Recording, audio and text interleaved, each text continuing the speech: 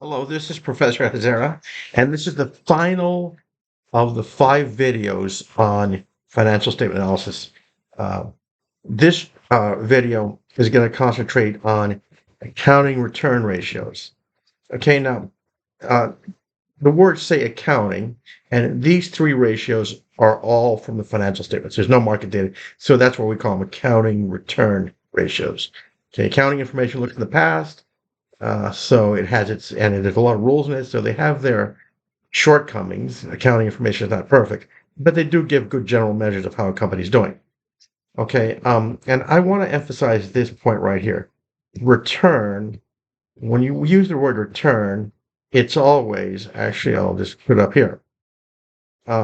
Return is always income or a cash flow divided by the investment that produced it. So we're saying is that somebody invested in your company. It could be shareholders, it could be creditors, bondholders or investors too.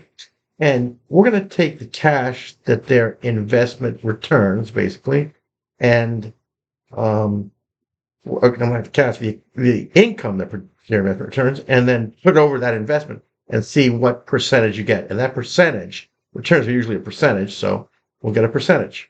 Okay, let's start with return on assets. Okay, the numerator, and there's different ways to compute return on assets. We're doing the most basic way. The numerator is net income. Now, we can just go up here and get net income because we know that we use net income from earnings per share. So we'll use that same number there. Now, we're going to we're saying that the company during this period produced 93,736 in net income. The question is, what investment did it take? Total investment, that would be total assets. What investment did it take to produce that income? For that, we're going to take the average balance for assets. And remember when we did the ratios for liquidity, I said that whenever we take an average, we take a 2-year average. We're going to take the beginning balance of total assets plus the ending balance and put it all over 2. Okay, so for all these ratios, we're doing a 2-year average. So the company produced net income of 93,736. It's in millions, but you don't have to worry about it because just the net income is a monetary figure, and so are assets. So you don't have to worry about making any adjustments to the zeros or anything like that, or multiplying by 1,000.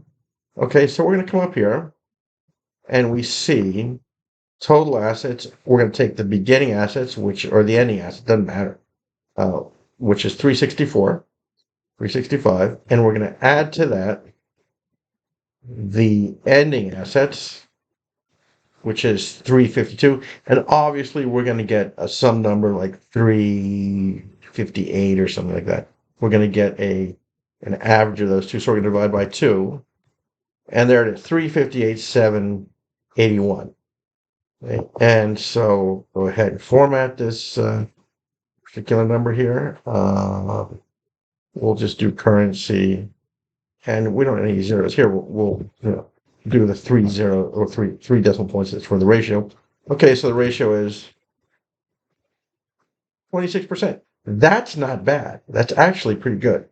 So, and I'm going to go ahead. We'll just keep it the ratio like that.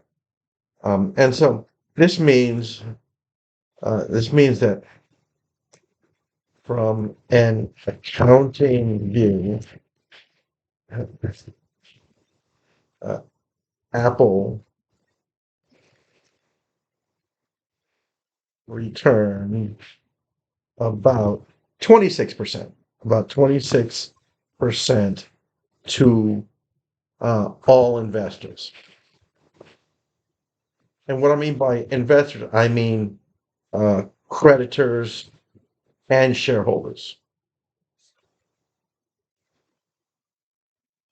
People who own bonds, those are creditors. And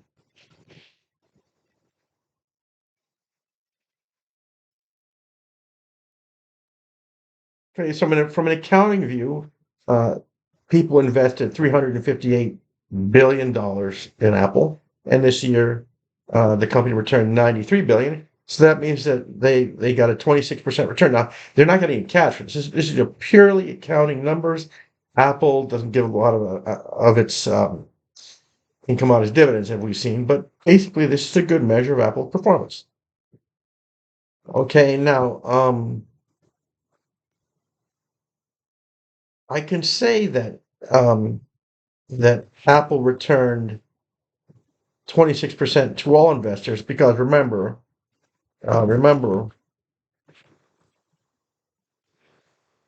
that assets is equal to liabilities, which is creditors, plus shareholders' equity, which are obviously the stockholders. So what you've got on the bottom here is, please remember that we can say that it returned 26% to all investors because assets are the investment of all investors, both creditors and shareholders. So once we put assets on the bottom, that includes the funds that we've received and borrowed from creditors and the funds that we've obtained from shareholders. Okay, so it includes all investors, both creditors and shareholders, because assets is equal liabilities, which are means creditors, and shareholders, which obviously means shareholders, equity holders. Okay, so that's pretty good. Okay, now let's go ahead and we'll pick up this number later. But let's go ahead and look at return on shareholders' equity. Now, what we're going to do is we're going to use the same net income number. Now, there's some people who argue, and I'm one of them, that there should be a small difference between the two, but we're going to keep this simple so that we can compare these two ratios. Okay, now, average equity, so we're going to have income on top, and we're going to have average equity on the bottom. So we're saying here that the company produced for the shareholders 93 $0.736 billion. Okay, now let's take a look at the average shareholders' equity. And we know it's going to be small because Apple has a lot of debt. And so most of their operations, their operations were funded by debt, not equity. So equity is going to be pretty small. Okay, so we're going to come down here to the balance sheet, and we're going to come down to equity, shareholders' equity. There's shareholders' equity, total shareholders' equity. There's your ending equity. It doesn't matter if you take beginning and ending first. Then there's ending shareholders' equity. And so we're looking at 56.62. So we're looking at 57 or something like that. Divide by 2. And we got 59 actually. Okay, so let's go ahead and divide and format this. Okay, currency. Okay, now let's see how much Apple returned to equity shareholders. Oh, 157%. Okay, and I'm going to put these in percentage terms. It may not be a bad idea. I'm going to put these in percentage terms to be really sure. So they returned 26% to all investors, and they returned 157% to shareholders. 157.41%. Look at that. Okay, so from an accounting view,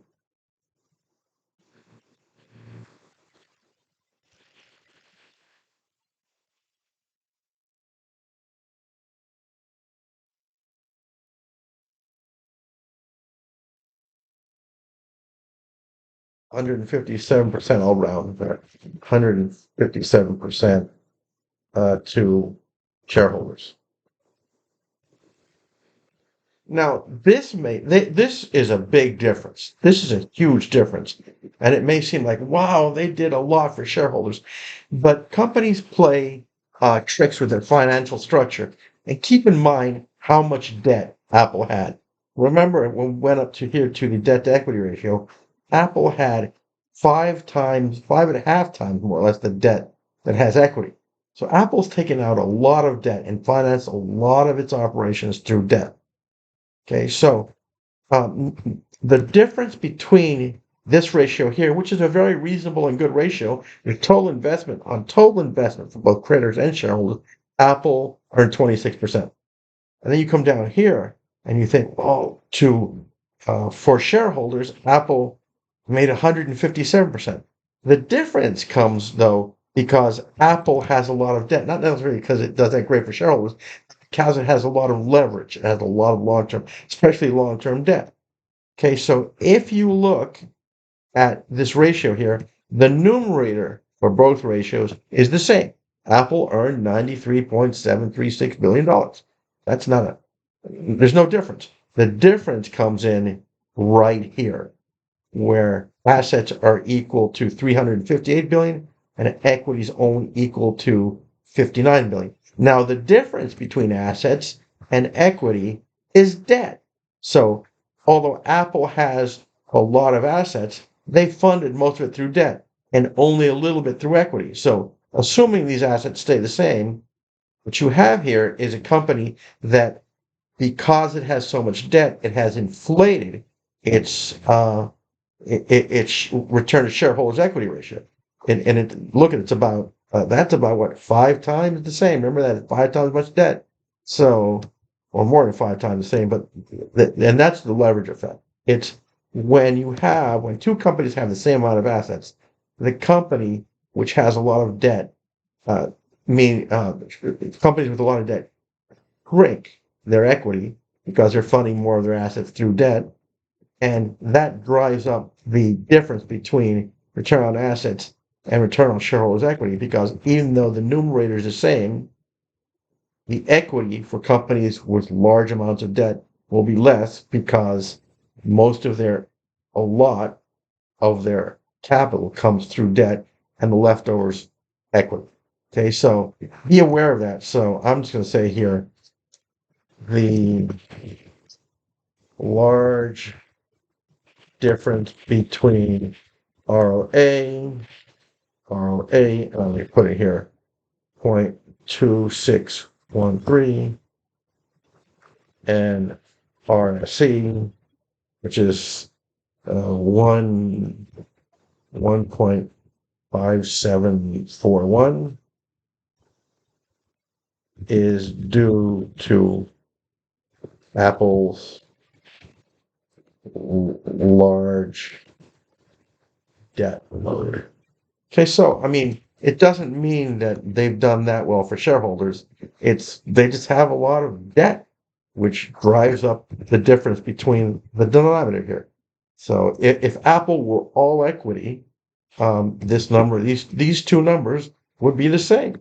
It'd be 358.72 if they were all equity financed.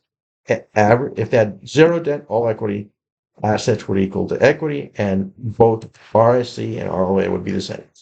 So be careful with that sort of aspect of this. And you may say, well, look, they are making a lot of money, but with that also comes a lot of risk because they have a lot of it. Okay, final ratio here, and I say last and most important is the gross profit ratio.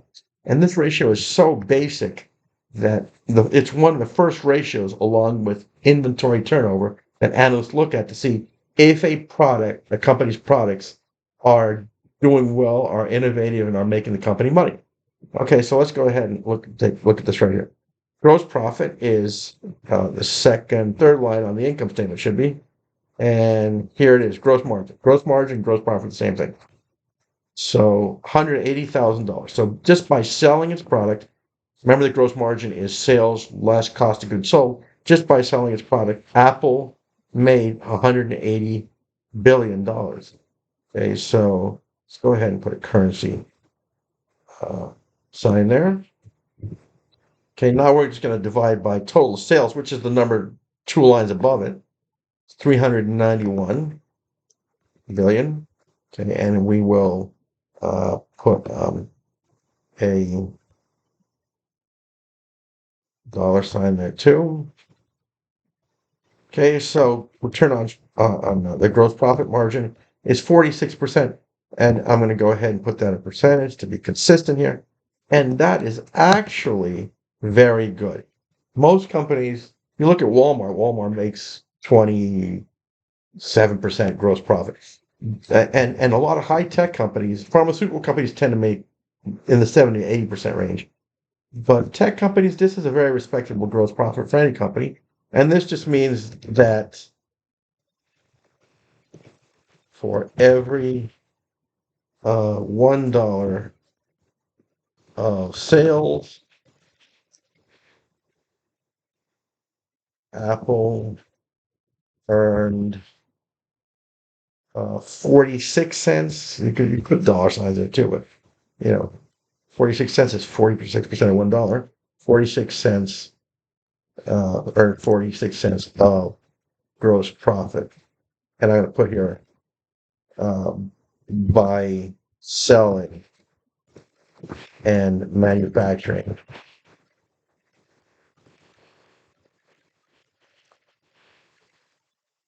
their product. Could be iPhones, whatever. Okay, so it's just saying that if Apple makes iPhones, for every dollar of sales revenue, they earn 46%. Now, this ratio is incredibly important because analysts look at this ratio sort of like the foundation for a company. If you have no gross margin here, if your gross margin is too small and you're deducting all these sort of basically administrative or fixed costs down here, you're going to be in very bad shape. The larger your gross margin, the more costs you can absorb down here. But if your gross margin starts going down, that means that you got to start reducing maybe R&D, selling administrative expenses, et cetera, et cetera, et cetera. And basically, you've got to have enough of gross margin to cover both R&D for Apple, especially they're a tech company, and for selling general administrative expenses. And think about it, Apple also has a lot of selling expenses. They're a great marketer. Okay, so they better have a large growth margin here. One thing is, I'm going to write this down here. I'm going to put this down here. Is that the gross gross profit percentage is better. This is pretty obvious. If it is higher. Okay. A declining gross profit percentage may signal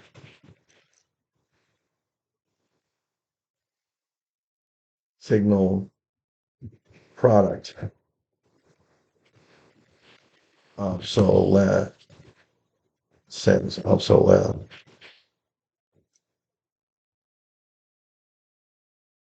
It's probably spelled wrong. Obsolescence for tech companies. And here's what I mean by that.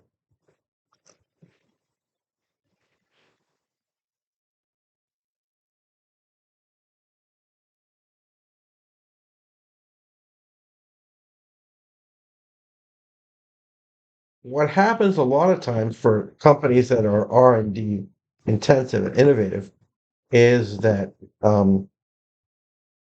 if you have a unique product, you can charge. You have a lot of pricing power. So net sales is number of units times price, which means if you have a lot of pricing power, you can control the market and charge a lot. However, as competition moves in, that means that there's competitive pressures to keep the price down. The more competition, the less pricing power you have. Now, this number is very important for pharmaceutical companies because they have patent on the drugs for maybe 10 to 15 years. They develop a drug and they can price it at what they want for 10 to 15 years. But after 10 to 15 years, they go off patent, which means that they get generics coming in, competition, and they can no longer charge that higher price. So their gross margins tend to go down because the price they're charging for the products tends to go down. The same thing holds true for tech companies. Initially, iPhones, they could charge whatever they wanted for an iPhone, but now with all the smartphones coming in with Samsung and the Chinese brands, they don't have as much pricing power on iPhone, which means that they've got to be even more innovative. So one sign of a declining gross margin and is a declining price, maybe they have to discount to get rid of all the iPhones, whatever. But one one sign of a declining gross profit margin is more competition, but it can also mean product obsolescence. Think of an iPhone. If they don't sell their iPhones, that means that nobody's going to buy. Nobody wants last year's iPhones. They want next year's iPhones, and they want more innovation. They want more convenience. They want the best technology. So if they don't keep up, that means that they're going to have to discount to get rid of all the iPhones, and the gross profit margin goes down. By the way, so does their inventory turnover. Um, if you're not selling your products, inventory turnover drops. So analysts always look at two ratios together just to get a feel for what's happening in a tech company. The first one is inventory turnover. They look at the trend in inventory turnover. If this drops and the margins are going down, that means, and the gross profit is going down, that means two things. They're selling fewer products and they may have to discount, which means that both of these ratios will drop. They kind of both go together. Anyway, that's just my lecture on these. I will post this and I hope you have a good day. Bye.